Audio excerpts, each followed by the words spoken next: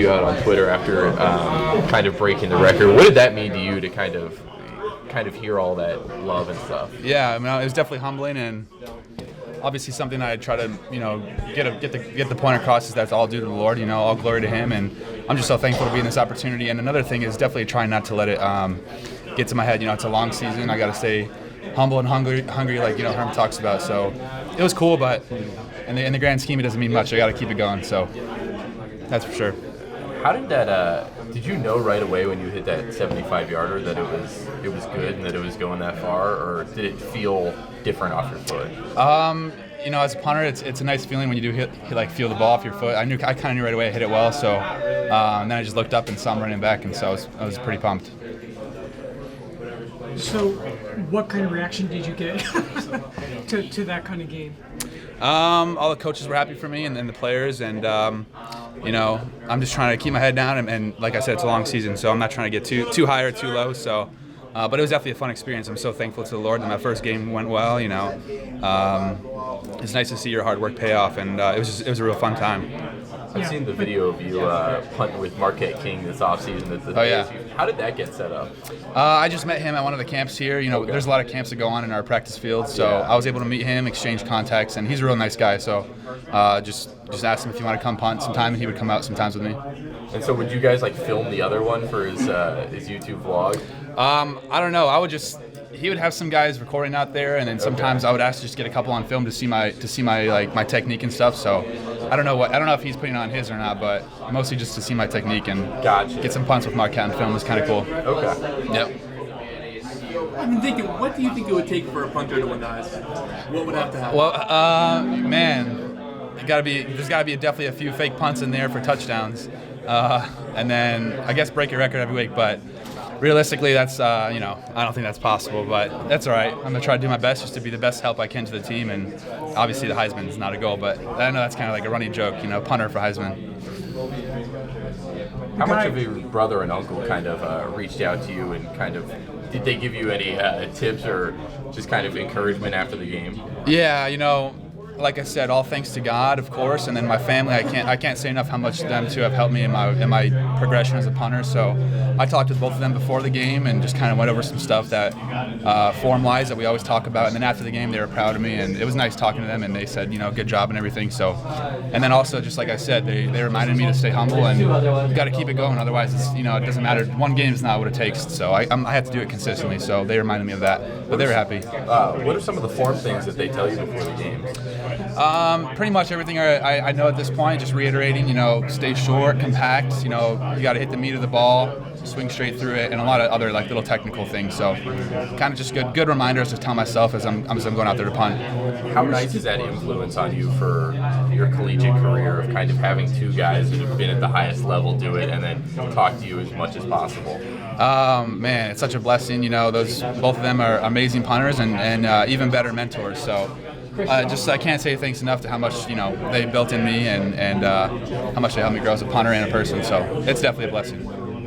Should it help you just to hit that first punt, the great hang time, the distance, everything, to just kind of get that, a high quality punt, on your very first attempt? Yeah. It's funny. I was seeing the crowd and everything is a lot different from where I came from. But once you get out there and you're behind the center, you're behind the snapper, everything disappears and it feels like I'm in my backyard punting. But it felt great to get I wanted the first one to be a good hit, so that was a great feeling. I was thankful to the Lord, allowed me to get a good ball off first, and it kind of helps you get in a rhythm too. So that was good. What kind of hang time are you shooting for? Me and Slocum talk about, if you're ever in the fives, that's great quality. So 5-second hangs are good.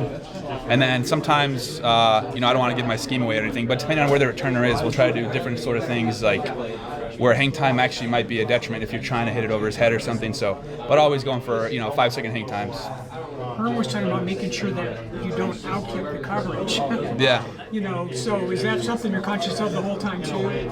Yeah, and that's if I stay compact and hang it up there, I shouldn't be doing that. But and everyone on my punt team, those guys like to get after it, and we kind of set the tone. You gotta run down there, and I always tell them, how much I appreciate them, and if we can pin them back 65 yards or whatever, or flip the field, I think those guys are capable of getting down there, and so I think I got to get more. I always have to get good hang, but those guys are good at getting down there.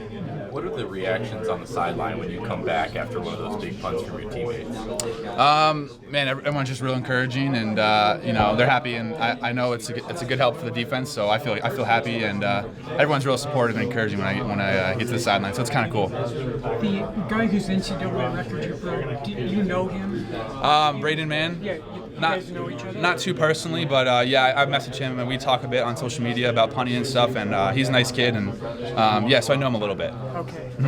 Yeah, he's definitely a great punter. So I watched a lot of his film last year on TV. Yeah, but you guys haven't worked out together or done No, we were going to, but we never got a chance to work out together. Yeah. Okay. What did you notice on film when you went back and watched the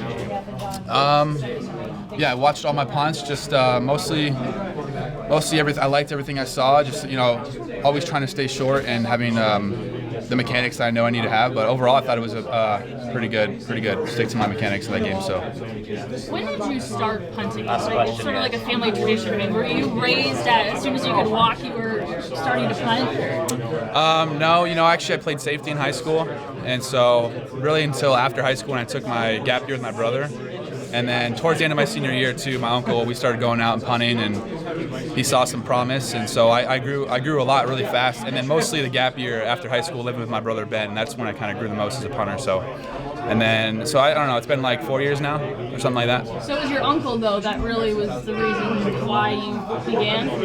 Yeah, well, the reason why I began is always just I believe that if you kind of humble yourself and trust in the Lord, he'll guide your ways. So obviously God first, but yeah, I'd say a combination of my uncle and my brother, just talking to my family members about what I should do for playing in college, and we talked about punting would definitely be the smartest idea. So yeah. Can you talk about how you landed at ASU and the routes that you took, and was ASU a goal of yours, or how it all sort of unfolded? It's funny. I was born in Chandler, Arizona, and so I was here for like a year as a baby, and then I moved to Texas, and I grew up in Texas and Florida. But I didn't think I was going to ASU when I originally started punting. It was at that smaller school, Lafayette College. So it wasn't until I decided I wanted to transfer. I was just looking around, and all the stars kind of aligned here, from the coaches to the atmosphere, and my uncle played under Herm for 1 year when he was at the New York Jets. So that was kind of a connection, and it kind of just all worked out here. So yeah.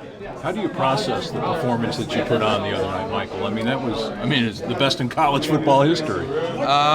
Yeah, just try to stay humble, and like I said, it's really just due to God getting me here in the first place and allowing me to lean on Him for strength. So I'm trying not to let it get me too high or too low, like I said, but just trying to stay even keeled and keep it up for the rest of the season. That's one game's not good enough. So.